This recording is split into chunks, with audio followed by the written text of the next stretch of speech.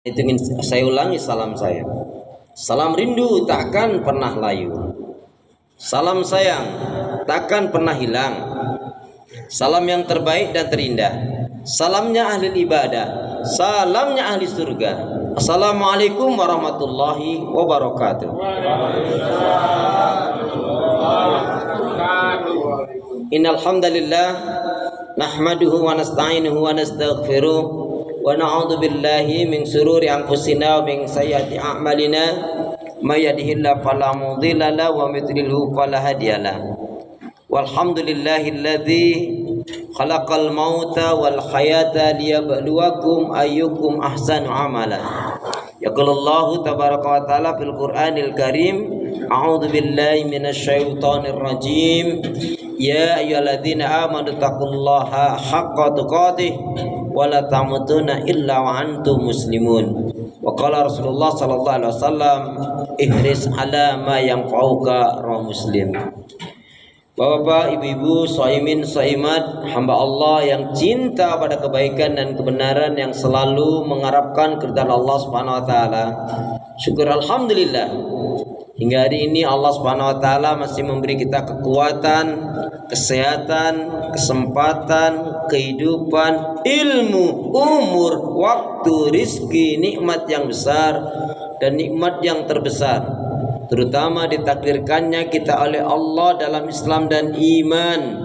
Dan ini adalah tiket awal untuk menuju surganya Allah Subhanahu wa taala, sebagaimana Allah nyatakan di dalam firman-Nya, wassalamu ala manittaba'al huda. Wassalamu ala manittaba'al huda. Keselamatan itu Allah akan curahkan, limpahkan, berikan bagi orang-orang yang mengikuti petunjuk hidayah Allah Subhanahu wa taala. Karena itu jamaah sekalian, pastikan semua kegiatan aktivitas yang kita lakukan niatkan betul-betul untuk ibadah kepada Allah. Karena hidup dan kehidupan ini tidak ada arti dan nilainya kecuali kita gunakan untuk ibadah kepada Allah. Wa ma khalaqtul jinna wal insa illa liya'budun. Tidak aku ciptakan jin dan manusia, kata Allah, melainkan hanya untuk beribadah kepada Allah Subhanahu wa taala. Kemudian jangan pernah lupa dan melupakan diri untuk senantiasa berdoa, meminta kekuatan, rahmat, pertolongan kepada Allah.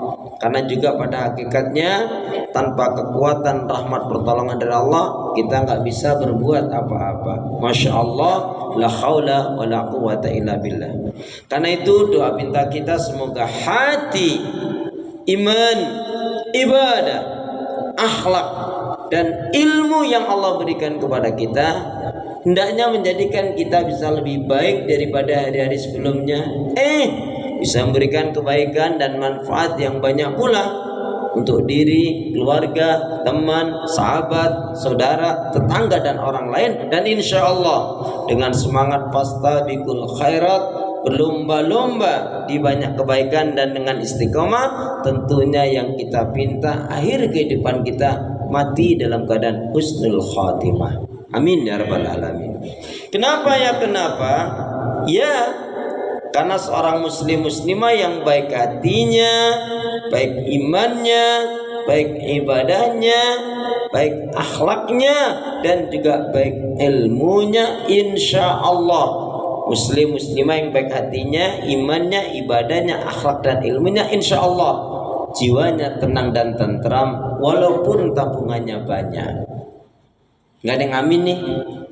Amin. Perlu diulangi nampaknya ya. Kenapa ya? Karena muslimah yang baik hatinya, imannya, ibadahnya, akhlak dan ilmunya, insya Allah jiwanya tenang dan tentram walaupun tabungannya banyak. Amin. Allahumma salli ala Muhammad, Allahumma salli ala Muhammad. Salawat dan salam semoga Allah selalu curahkan, limpahkan pada Nabi kita Muhammad sallallahu alaihi wasallam yang telah menyampaikan, mengajarkan istilah Islam dengan sempurna, rahmatan lil alamin. Bapak Ibu jamaah sehat semua? Alhamdulillah. Ibadahnya lancar, tambah sabar, makin bersyukur, lembut hatinya, harmonis rumah tangganya. Saya doakan putra putri, anak cucu panjenengan semuanya makin baik, sholih sholihah. Amin ya rabbal alamin. Kaitannya dengan Ramadan, kita perlu belajar dan mencontoh dari sahabat Nabi. Manakala Ramadan itu dikaitkan dengan keberkahan. Keberkahan itu bukan hanya untuk pribadi, tetapi juga untuk diri, keluarga, rumah tangga, masyarakat, bahkan bangsa dan negara. Maka ketika ada orang yang menyatakan Islam is complete religion who has been able to become a flat nation, society or population. Islam itu ternyata terasa betul-betul indah sekali, lebih-lebih di bulan Ramadan. Karena Islam itu sangat baik, cocok untuk pribadi manusia, rumah tangga, keluarga, bangsa, masyarakat, bahkan negara. Sekiranya hari-hari itu seperti Ramadan, maka keberkahan di mana-mana Allah akan berikan kepada hambanya, baik itu hambanya yang tidak beriman, apalagi orang-orang yang beriman. Dan sekaligus menjadi pertanda kalau di bulan Ramadan tampak keburukannya, maka tepat seperti yang Rasul nyatakan, raghiba anfun, raghiba anfun, raghiba anfun. Afima ma'nahu. Sungguh celakalah, sungguh celakalah, sungguh celakalah siapa yang dipertemukan oleh Allah Subhanahu wa taala dengan Ramadan tapi tidak menjadikan orang itu menjadi baik, tetapi malah melakukan keburukan, kemungkaran, kemaksiatan dan dosa. Sungguh celaka dan rugilah seorang yang dipertemukan oleh Allah dengan Ramadan tetapi dia tidak mendapatkan maghfirahnya, tidak mendapatkan ampunannya, tidak mendapatkan rahmatnya, tidak mendapatkan ridhonya, dan juga tidak mendapatkan kecintaan dari Allah Subhanahu wa taala. Dan hal ini menjadi inspirasi bagi diri kita dari doanya Nabi Daud alaihissalam. Jadi ada inspirasi doanya Nabi Daud, ya Allah, aku berlindung kepadamu dari hidup dan kehidupan yang tidak kau berkahi, tidak kau ridhai, tidak kau rahmati, dan tidak kau cintai. Sangat menarik sekali sahabat Nabi radhiyallahu anhum, sukacita gembira rianya bukan hanya tarhib, artinya menyambut, tapi targhib, yaitu cinta, senang dan rindu dengan Ramadan. Dalam satu ayat dijelaskan, beberapa sahabat Nabi datang kepada Nabi kemudian menanyakan, ya Rasulullah, kenapa saum Ramadan ini diwajibkan kepada kita kok hanya 1 bulan ya Rasul? Kok enggak 1 tahun?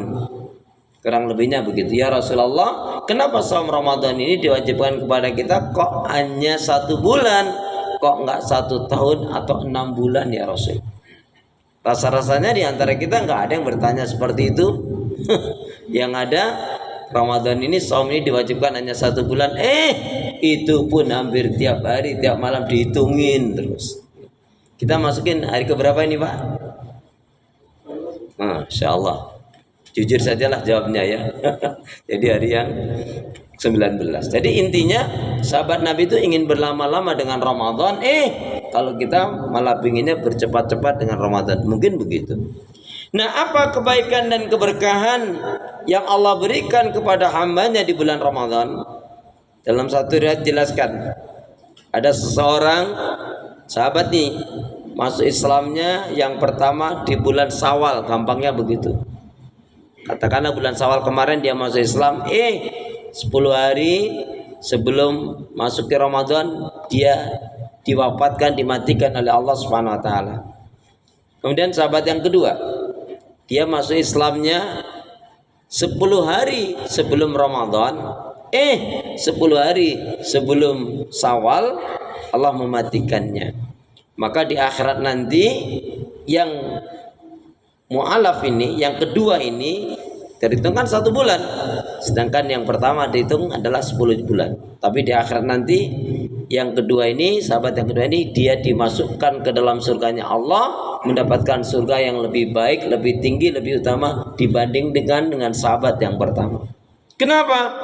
Karena Allah pertemukan dia dengan Ramadan, kemudian dia bersungguh-sungguh menjalankan semua aktivitas Ramadan, dan dia mendapatkan ampunan maghfirah dari Allah Subhanahu wa taala. Jemaah sekalian, saudara keiman, hamba Allah yang cinta pada kebaikan dan kebenaran, yang selalu mengharapkan kepada Allah Subhanahu wa taala. Kita ingat Al-Baqarah 183 sampai 186 adalah menjelaskan target dari menjalankan shaum Ramadan. A'udzubillahi minasyaitonir rajim. Ya ayyuhalladzina amanu kutiba alaikumusiyam kama kutiba alal ladzina min qablikum la'allakum tattaqun. Wahai orang beriman, telah diwajibkan atas kalian menjalankan saum Ramadan sebagaimana umat terdahulu, la'allakum tattaqun. Target yang pertama adalah la'allakum tattaqun, yaitu menjadi orang yang bertakwa. Yang kedua, la'allakum tashkurun, menjadi orang yang bersyukur. Yang ketiga adalah la'allahum yarsyudun, agar selalu istiqomah di atas petunjuk hidayah Allah Subhanahu wa taala. Maka keberkahan Ramadan itu mestinya kita betul-betul dapatkan. Kenapa? Barang siapa yang di bulan Ramadan ini betul-betul dia bisa memaksimalkan kebaikan-kebaikan ibadah dan amal solih, maka Allah akan berikan, kalau kaitannya dengan ampunan, diampuni kesalahan dan dosanya. Bahkan ada satu riwayat yang ini hanya berlaku di bulan Ramadan saja, di malam Ramadan saja, tidak berlaku di luar Ramadan. Apa itu? Dalam disebutkan, sungguh di setiap malam Ramadan Allah membebaskan hamba-hambanya yang tadinya ahli neraka, dia menjadi ahli surga. Maka para sahabat Nabi radhiyallahu anhum, kaitannya dengan salah satu keistimewaan dan keberkahan Ramadan ini apa? Mereka berdoa. Kurang lebih doanya begini, ya Allah, sekiranya kakek nenekku, bapak ibuku, orang tuaku, kakak adikku, saudaraku yang sudah meninggal tergolong ahli neraka, maka coret ya Allah, ganti ya Allah, agar mereka menjadi ahli surga. Dan doa ini akan dikabulkan oleh Allah Subhanahu wa taala, cuman kita tidak tahu di malam yang keberapa. Maka itulah setiap malam hendaknya kita berdoa ini, dan ini adalah bagian daripada keberkahan Ramadan yang Allah berikan kepada hambanya. Catatannya cuma satu.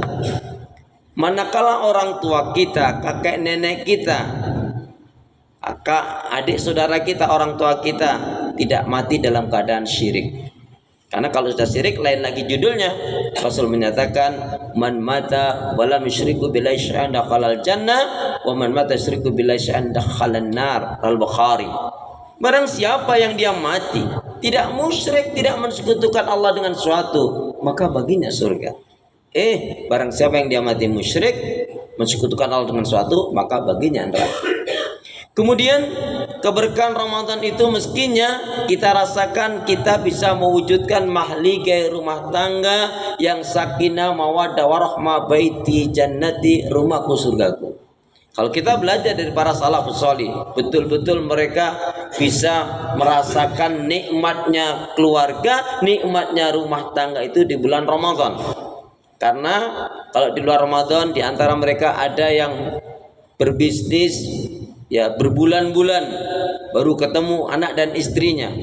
Tapi begitu masuk Ramadan, mereka memfokuskan untuk mewujudkan rumah tangganya sangat berdekatan dengan anak, istri, suami, orang tuanya, sehingga keinginan mewujudkan rumah tangga yang seperti Nabi katakan, baiti jannati, rumahku surgaku, adalah akan dirasakan yaitu di bulan Ramadan itu. Demikian juga kita saksikan di mana-mana kecenderungan kebaikan-kebaikan, kedamaian, ketenangan hati itu dirasakan oleh semuanya. Maka kalau hari ini kita melihat, mendengar bagaimana saudara-saudara kita yang di Palestina ya tetap dibantai oleh Zionis Yahudi, ya ini jelas-jelas adalah betul-betul menunjukkan memang watak karakter mereka adalah orang-orang yang betul-betul dilaknat oleh Allah Subhanahu wa taala. Tentunya kita yang dari kejauhan jangan pernah lupa, jangan sampai kita enggak mendoakan saudara-saudara kita yang ada di Palestina karena kita tidak mampu membantunya. Tapi paling tidak mendoakan mereka agar diberi kekuatan, kesabaran, pertolongan dan kemenangan dari Allah Subhanahu wa taala. Amin ya rabbal alamin. Man lam yatam bi amril muslimin falaysa minhum. Barang siapa yang dia tidak peduli, tidak memperhatikan urusan saudaranya muslim mukmin yang lain, maka dia tidak digolongkan muslim mukmin tersebut. Kemudian juga keberkahan dalam Ramadan ini masing-masing bisa mengendalikan emosi hawa nafsu dan amarah. Bahkan semestinya kita bisa membakar penyakit-penyakit hati. Banyak sekali ya di bulan Ramadan ini orang yang berhasil diberi kemampuan oleh Allah membakar penyakit-penyakit hati. Termasuk kita mestinya juga minta kepada Allah dengan keberkahan Ramadan, pertolongan Allah yang diberikan kepada kita, kita bisa membakar penyakit-penyakit hati. Saya tidak uraikan, tapi saya ingin sebutkan poin-poinnya. Di antaranya penyakit-penyakit hati yang hendaknya kita bakar, bagian daripada keberkahan Ramadan yang kita dapatkan adalah, yaitu yang pertama, al-kusulu fil ibadah. Al-kusulu fil ibadah ini penyakit hati yang harus kita bakar, yaitu malas dalam menjalankan ibadah. Makanya Nabi mengajarkan kepada kita doa, Allahumma inni a'udzubika minal ajzi wal kasali wal buhli wal jubni wa ghalabatud dain wa qahrur rijal. Ya Allah, aku berlindung kepadamu dari sifat lemah, malas, kikir, penakut, terlilit hutang, dan diperbudak manusia. Terus gimana upayanya? Ya, untuk menghilangkan penyakit hati malas ibadah. Biar enggak malas gimana caranya? Semangat. Biar semangat gimana caranya? Jangan malas. Ya. Jadi biar nggak malas, semangat. Biar semangat, jangan malas. Dan yang kedua, yaitu kita pakar penyakit hati kita ini apa? Yaitu riya dan sum'ah. Riya pamer-pamer amal, ya. Sedangkan sum'ah dalam menceritakan amal-amal kebaikannya atau ngungkit-ngungkit kebaikan. Kemudian juga al-hasadu, hasad, iri, dengki, dendam. Kenapa? Siapa yang dia melalui Ramadan tetapi masih punya sifat hasad, iri, dengki, dendam, berarti Ramadannya belum diterima oleh Allah Subhanahu wa taala. Sedangkan Allah Ghafurur Rahim, Allah Maha Pengampun, Allah Maha Pemaaf. Ya, dan Rasul memberikan contoh teladan yang sangat baik sekali. Disakiti, dihina, tetap saja Nabi memaafkan dan mendoakan yang baik-baik. Maka siapa yang tidak bisa membakar penyakit hasad, iri, dengki, dendam, maka itulah yang dimaksudkan al-hasadu ya'kulul hasanat.